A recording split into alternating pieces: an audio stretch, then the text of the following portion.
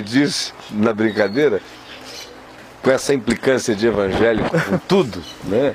Sim, desde Rei Leão, a bunda do Rei Leão é gay, essas fixações todas, Harry Potter, qualquer coisa.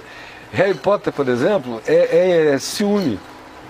É porque a mulher pegou o direito autoral das magias, porque o que se faz de coisa igual, idêntico, não é brincadeira. Só que lá no Harry Potter há mais bom gosto, é feito com mais delicadeza, esteticamente. Os efeitos melhores. Mas é puro ciúme. O evangélico ficou com raiva da nova era, não foi por nada, não foi ciúme. Porque a nova era, quando começou a aparecer, com os seus esoterismos, ela começou a pegar um monte de coisas que com outra cara carregavam os mesmos conteúdos, as mesmas mandingas, já nas práticas cristãs, evangélicas, pentecostais, carismáticas, e já se aproximando do neopentecostalismo, né? Que ainda não tinha surgido. Mas o ciúme enorme, eu olhava para aquilo e digo, isso aí é ciúme. Estou com raiva, não é de outra coisa. Deles terem conseguido fazer o que eles queriam. Não vão mais poder ficar falando sobre isso como se o direito autoral fosse só deles, porque agora já tem um que eles consideram um maluco, ou dois, ou três, ou muitos, de um grupo de noção espiritual supostamente antitética, diferente e contraditada pelos evangélicos, fazendo coisa semelhante. Então tudo é uma raiva enciumada. Porque é tudo muito parecido, só não vê quem não quer, quem fica iludido com a ideia de que está sendo feito em nome de Jesus, então deve ser de Deus. O cara não vê que o processo de magia é o mesmo. Mas a gente começou com a maldição e a segunda coisa foi a cobertura, que é a transformação do líder cristão não só de amaldiçoador, de bruxo amaldiçoador, mas também de mago protetor. Então ele tanto tem o poder de amaldiçoar quem não der o dízimo, quem não ficar lá, quem deixar o grupo, quem não se submeter a ele amaldiçoa e amaldiçoado estará. Como também ele tem a promessa de que aquele que fica ali, pagando o dízimo, pagando essa cota mafiosa espiritual de proteção, parece a máfia, indo de loja em loja cobrar a cota de proteção para as gangues do Harlem não assaltarem um pedaço. Então é a mesma coisa.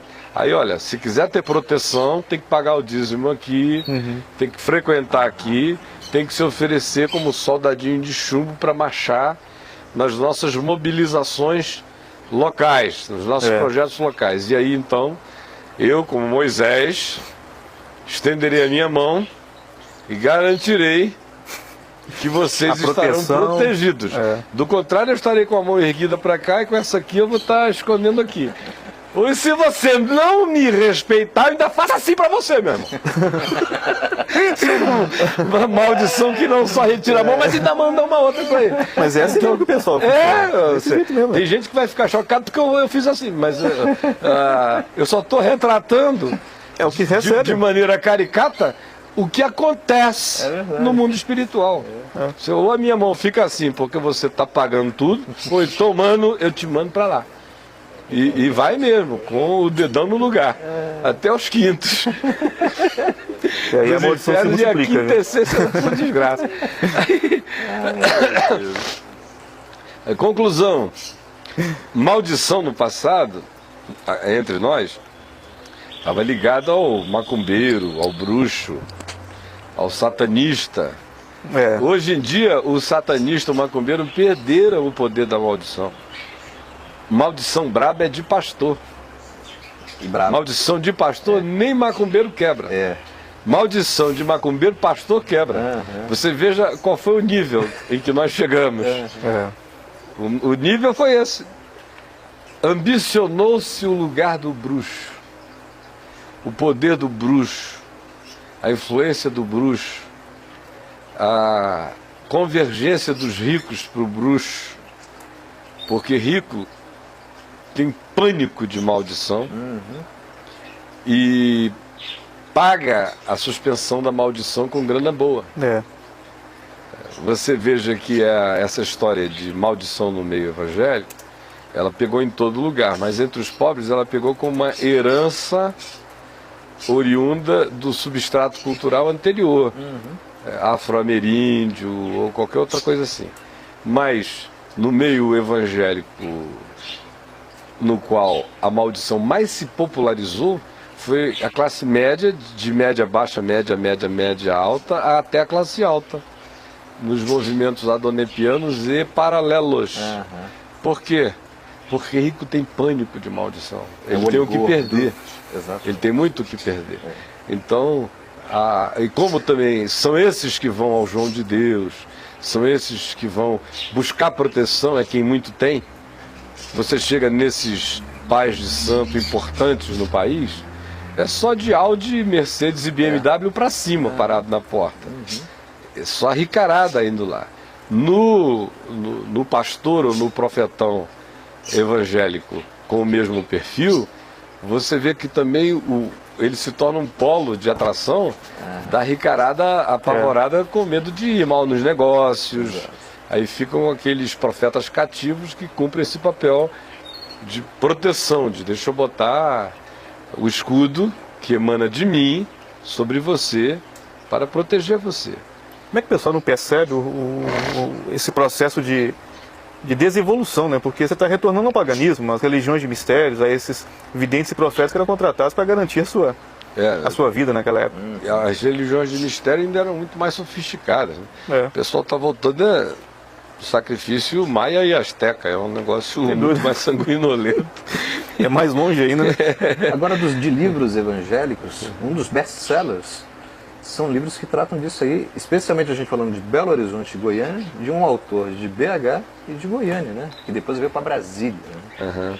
Livro fininho, que fala sobre maldição hereditária. Mas vendeu que é um horror, e ainda é best-seller até hoje. Né? É aquele do Linhares? Tem um do Linhares. Mas recentemente tem um do Daniel. Não, eu ia falar do Rodovalho. Que é uma loucura de vendas. Ele era originalmente de Goiânia, agora está aqui em Brasília. Né? Não, o Rodovalho eu conheço desde que ele tinha 18 anos. Ele e o César Augusto. Tudo que ninguém precisa me falar é do Rodovalho. Então, e eu vi o processo inteiro das mudanças dele e tudo mais. E ele se tornou no final da década de 80, início da década de 90, ele e o César, um dos maiores divulgadores da coisa da quebra de maldições. A comunidade evangélica de Goiânia e a Sara, nossa terra, se tornaram o que se tornaram, deixando de ser o que eram antes. Antes foram discípulos do John Walker de Rubiataba, depois andaram com o pessoal da Argentina e de Porto Alegre, naquela linha do discipulado radical, até que eles foram mudando e viraram essa coisa semi-universal. Como os dois me disseram num café da manhã no Hotel Torres, em 1990, no penúltimo dia do Congresso Geração 90, aqui em Brasília, o César Augusto e o Robson Rodovalho me disseram que tinham visitado o Edir Macedo e que tinham decidido que eles iriam fazer adaptações do ministério deles à Universal e ao Edir Macedo. E eu disse a eles que se eles fizessem, eles lembram, eu digo na cara dos dois, do pai, da mãe, de todo mundo. Para mim. E para mim eles não vão dizer que nunca disseram, porque eu engasgo assim. Me diz que é mentira. Os dois iam fazer adaptações ao ministério, do ministério deles à Universal. Porque não estava certo, mas dava certo. E aí, meu irmão, foi um descaminho só. E uma das coisas que eles pegaram para valer, pegaram tudo. Se tiver na moda, eles pegam. Agora, por exemplo, lá em Goiânia, o César já está tentando imitar o Valdomiro, porque a Universal perdeu a novidade. A Universal já está desgastada, já tem 20 anos de... Todo mundo já sabe o que vai esperar da Universal. E a Universal ficou dando mais testemunho de casa própria do que de cura, né? E como o Valdomiro chegou numa linha, ele é ex-Universal, né? Quer dizer, tem todo o histórico da Universal, mas chegou com uma linha pentecostal clássica, antiga, que era ênfase na cura divina e no milagre, e começou a crescer o fenômeno, e o pessoal não entende por que o do Valdomiro cresce tanto, aí os outros vão imitar, fazem tudo direitinho e não crescem tanto.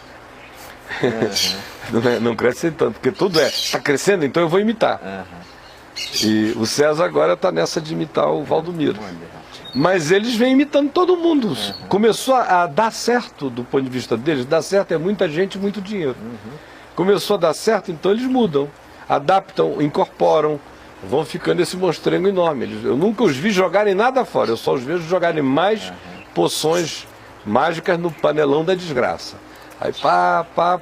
Foram agregando e continuam agregando. Agora a adição nova é a valdomiriana, né? E está presente aí em todos eles. Mas eu lembro como a quebra de maldições, especialmente no Ministério do Rodovalho aqui em Brasília, a Sara Nossa Terra chegou aqui aí por 90, 91, né? Eu lembro. E se estabeleceu o boom dela aqui, foi na década de 90, foi o boom de crescimento. A década de, já nos anos 2000, era mais a fanfarrice do que o crescimento. Mas na década de 90, quando o crescimento começou a acontecer, era crescimento de gente egressa das igrejas evangélicas para lá. Isso. Né? Eu me lembro que o que tinha de pastor com ódio aqui, porque estava perdendo crentes para esse novo movimento, que chegava assim como uma universalzinha de classe média. Muito pastor de igreja histórica, sabe?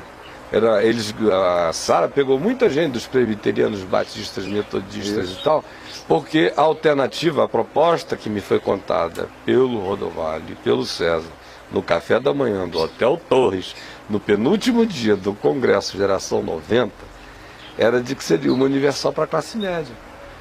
Que foi o que eles efetivamente fizeram e cooptaram muita gente desse grupo. E aí a maldição tinha que estar presente, porque é um pessoal que tem o que perder, por isso se sente tendo que preservar. Isso é cativo o pessoal, né? E tem o que investir para preservar o que tem me perder.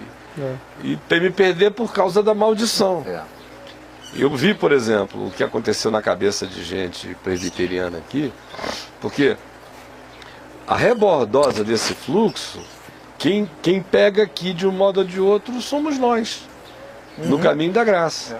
Porque o povo foi das igrejas históricas para a Sara e grupos parecidos, ficaram lá 10, 12 anos, alguns surtaram, enlouqueceram, alguns não estão mais em lugar nenhum, não querem saber nem dos grupos originais e muito menos dos grupos deles, do grupo último, do qual se tornaram oriundos e daí egressos, e outros ficam sem saber mais para onde ir, todos os dias estão em algum lugar, ficaram desenraizados, e alguns, meu amigo, ficaram profundamente surtados mesmo, apesar de que supostamente lá teria também uma ênfase em psicologia, uma psicologia com maldição.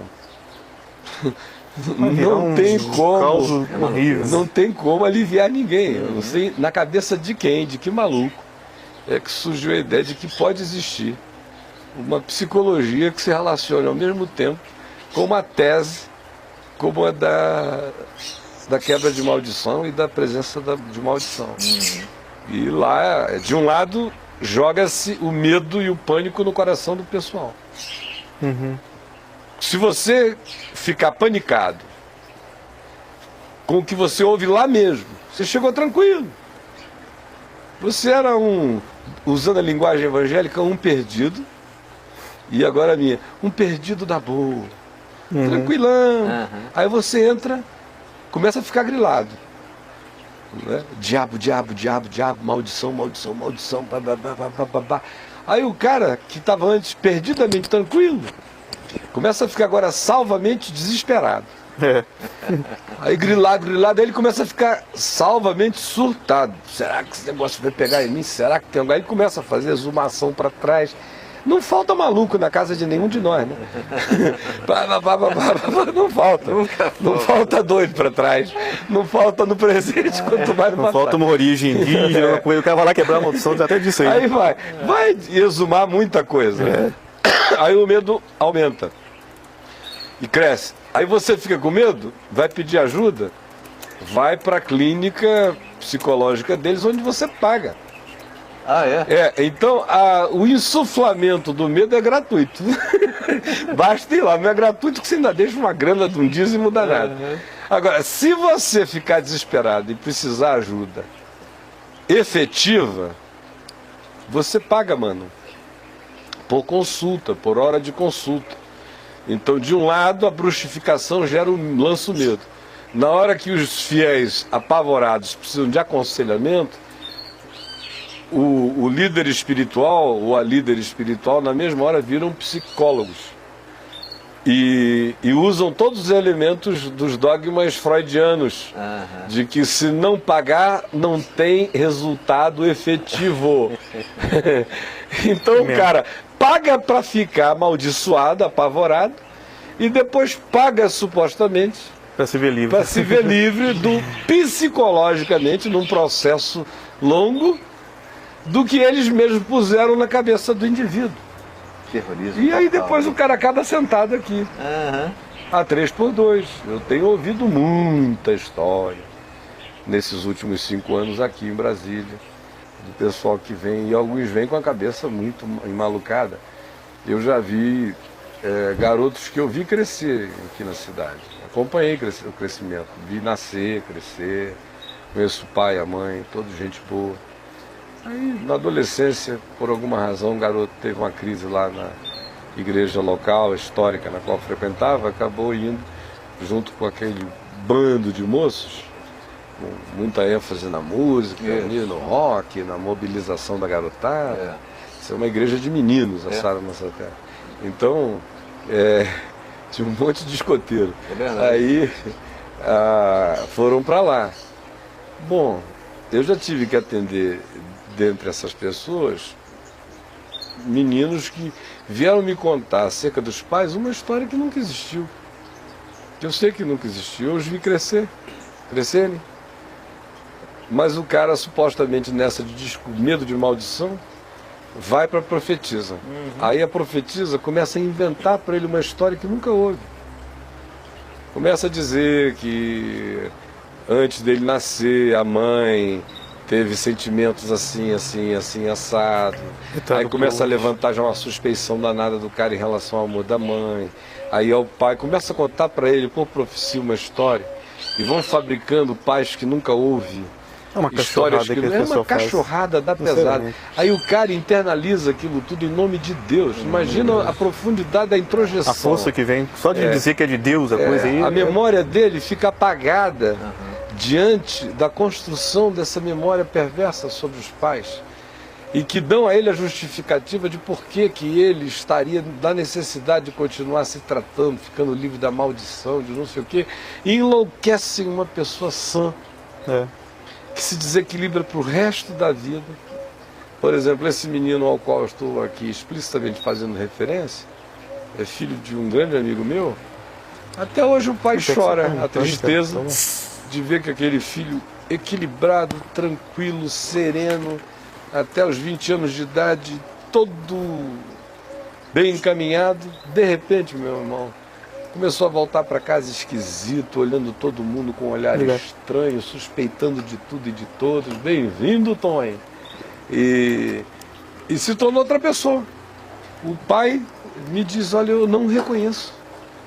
E eu mesmo já conversei com o rapaz algumas vezes e eu fico admirado ao perceber o que se criou como mundo paralelo, embora inexistente, e que se tornou subjetivamente real para ele. Ele conversa comigo, eu desconstruo aquilo tudo, ele teoricamente aceita, e aí 2, 3 dias depois volta ao pânico relacionado às construções caricatas, demoníacas, inventadas e coladas nas figuras parentais, no pai e na mãe dele, e continua aquele negócio ali, e o indivíduo, por seu turno, até hoje nunca teve o ânimo definitivo de ser curado. Porque aí, às vezes, desenvolve-se um outro processo. Ele já não está mais lá, mas continua herdeiro de todos os medos de lá. As assombrações continuam com ele tem medo de rejeitar o que ele creu e coisa pior lhe vir a acontecer. Gente, coitado, cara. Aí Refém fica total, nesse né? limbo aí, preso nessa desgraça. E você pensar que isso não é macumba. É. Não é macumba, E era macumba. tudo feito em nome de Deus ainda, É. né? E o resultado é basicamente o mesmo, né?